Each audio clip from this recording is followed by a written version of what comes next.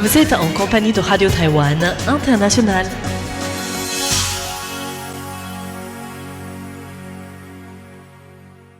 Bonjour à toutes et à tous, vous êtes bien à l'écoute de Radio Taïwan International.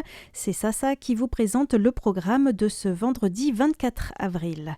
Tout d'abord, Lisa Dufaux vous présentera l'actualité taïwanaise. Je vous rejoindrai ensuite pour le décryptage de la rédaction consacré aux défis de la transition énergétique à Taïwan, dans un contexte du blocage du détroit d'Ormuz et du développement rapide de l'IA et des semi-conducteurs. Dans l'émission Femmes d'ombre, Femmes de lumière, Florian Dai continue les discussions avec la chercheuse Martha Pavone qui parlera aujourd'hui de l'économie d'un temple. Et enfin, pour celles et ceux qui nous écoutent sur Internet, dans l'émission Géopolitique, Jean-Yves Heurtebise évoquera les multiples conséquences de la guerre en Iran sur l'Asie. Je vous souhaite une très bonne écoute et vous laisse tout de suite en compagnie de Lisa Dufaux pour les grands titres de l'actualité taïwanaise. À New York, Taïwan présent en marge de l'instance permanente des Nations Unies sur les questions autochtones. Le NCIST coopère avec l'entreprise américaine Saronic pour le développement de drones de surface navale.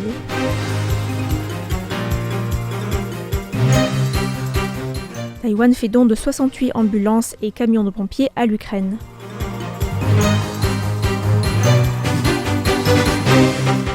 Bonjour à tous et bienvenue sur les ondes françaises de Radio Taïwan International. Ici Lisa Dufaux pour vous présenter le journal de l'actualité de ce vendredi 24 avril 2026.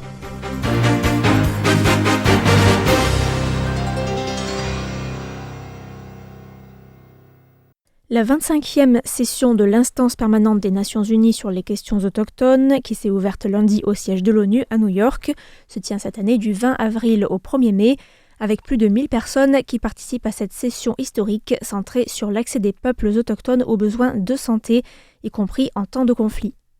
Malgré le fait que Taïwan ne soit pas membre de l'ONU, des groupes autochtones taïwanais tels que l'Association pour la promotion des affaires publiques autochtones du comté de Hualien, ou encore la Millet Arc Initiative et l'Alliance Pafatis, qui signifie partage en langue amis, accompagnés de la Commission nationale des droits de l'homme, ont participé à des ateliers, des spectacles et des réunions en marge de l'événement pour partager la voix des peuples autochtones de Taïwan.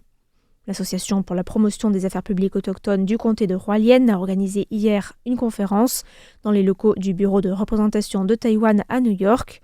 Son président Chan Po-jun, ou SRA, en langue amis, a déclaré que la voix des peuples autochtones ne devait pas être ignorée pour le simple motif que Taïwan n'est pas membre de l'ONU.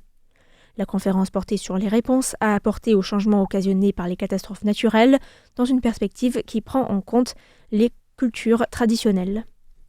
Chan Po-jun a aussi souligné l'importance du dialogue direct entre les peuples autochtones du monde entier, affirmant qu'il ne fallait pas se limiter aux relations entre États.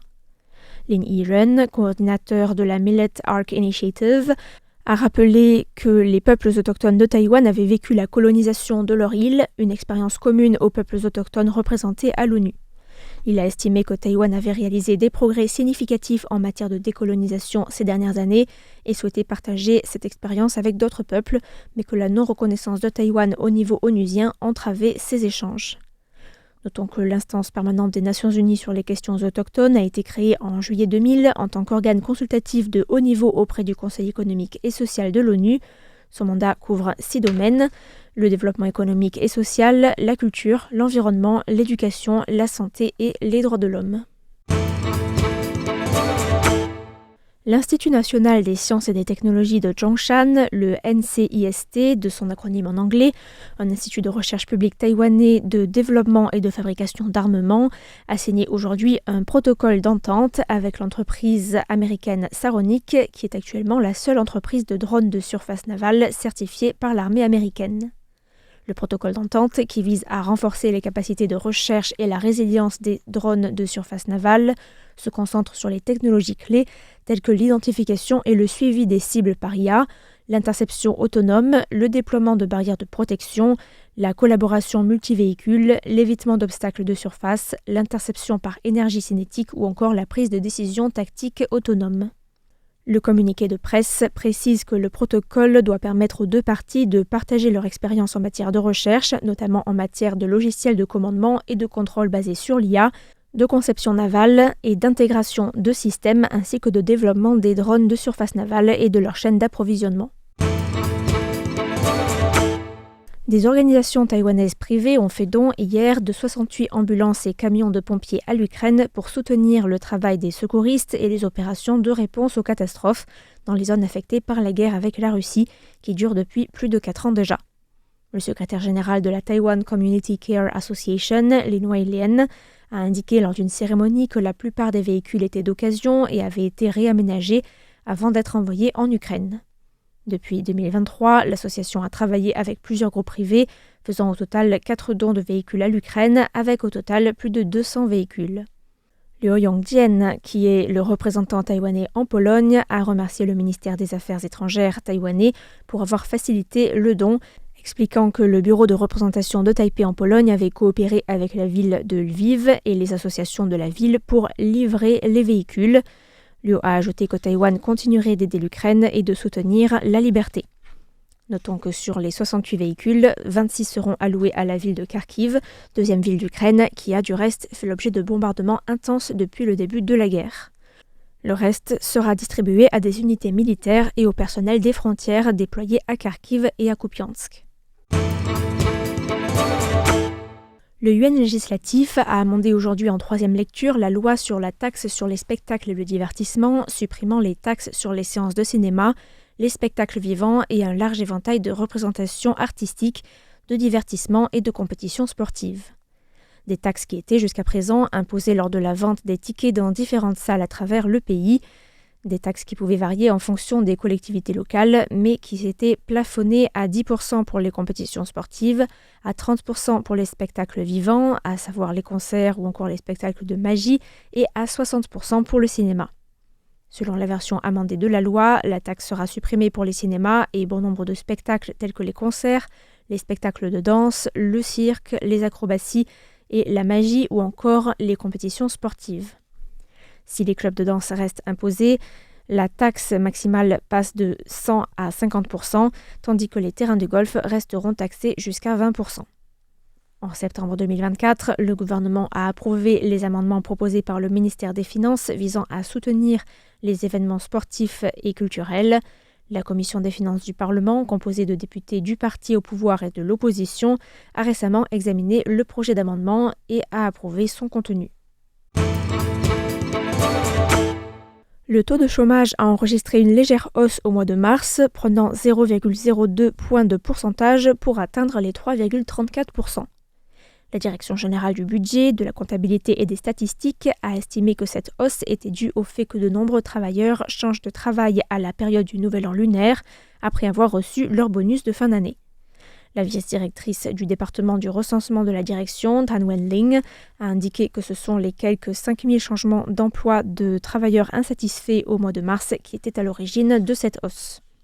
En mars, le nombre de personnes sans emploi a augmenté de 2000 par rapport au mois de février pour atteindre les 402 000.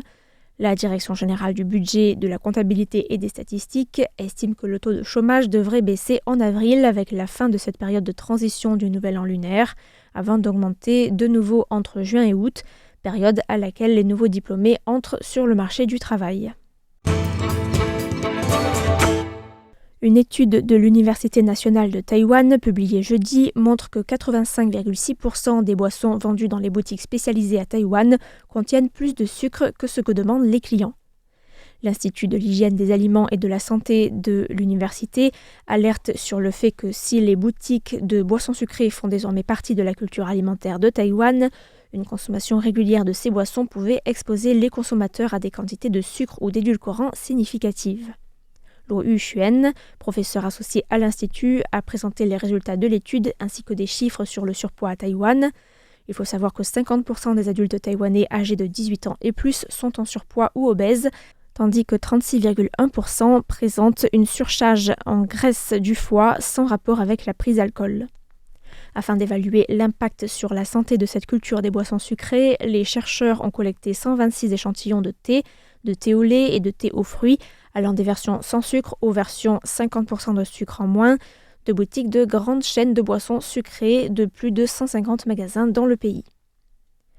L'étude révèle que 85,6% des boissons échantillonnées contenaient plus de sucre que demandé lors de la commande, tandis que 55,6% des boissons sans sucre ajouté contenaient tout de même du sucre, venant possiblement, selon les chercheurs, d'ingrédients naturellement sucrés comme le jus de fruits, les produits laitiers ou les garnitures, pouvant ainsi tromper les clients.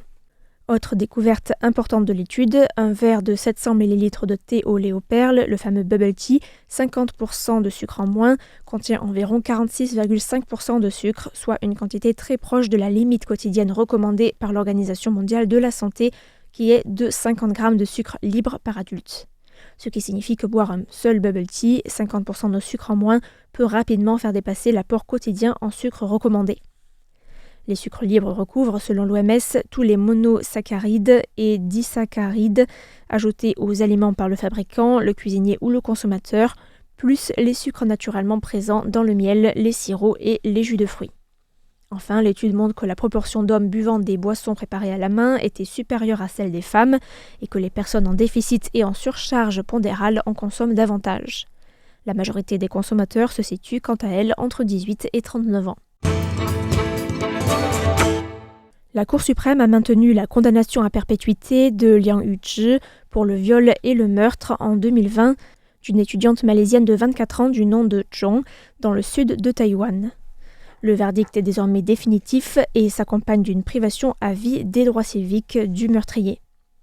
La Haute Cour de Taïwan avait décidé en janvier dernier de commuer la peine capitale de Liang Yuzhi, condamnée en 2022 pour le meurtre d'une étudiante malaisienne à l'université chrétienne de Zhangzhou, en peine de prison à perpétuité. Lors du premier procès, le tribunal de Jiaotou avait condamné Liang Yuzhi à la peine de mort pour tentative de viol, meurtre avec viol et meurtre avec vol, ainsi que pour l'abandon du corps de la victime. La branche de Kaohsiung de la Haute Cour avait maintenu la peine de mort après une demande en appel, et Liang Yuzhi avait ensuite fait appel auprès de la Cour suprême qui avait cassé le jugement précédent et renvoyé le dossier. En janvier, les juges avaient estimé que le meurtre n'était ni prémédité ni planifié et que, malgré les méthodes employées, indéniablement cruelles, le principe de prudence dans le prononcé de la peine et l'analyse objective et approfondie du dossier rendaient difficile de qualifier les actes, je cite, de crime le plus grave. Les juges avaient mis en avant les avis d'experts de l'hôpital Kaixuan et du centre psychiatrique Jianan, qui ont indiqué qu'une longue peine accompagnée d'un traitement psychiatrique et d'un accompagnement en milieu carcéral devrait favoriser une introspection et une amélioration. Les juges avaient ajouté qu'aucune libération ne serait possible sans que le meurtrier ne fasse preuve de remords. Face au verdict de la peine à perpétuité, qui à Taïwan consiste en une peine minimale de 25 ans, les parents de la victime avaient déclaré ne pas pouvoir accepter ce verdict, estimant que les juges avaient sous-estimé le risque de récidive du meurtrier. Ainsi s'achève le journal de l'actualité de ce vendredi 24 avril qui vous était présenté par Lisa Dufaux. Merci à tous pour votre écoute et à bientôt sur Radio Taïwan International.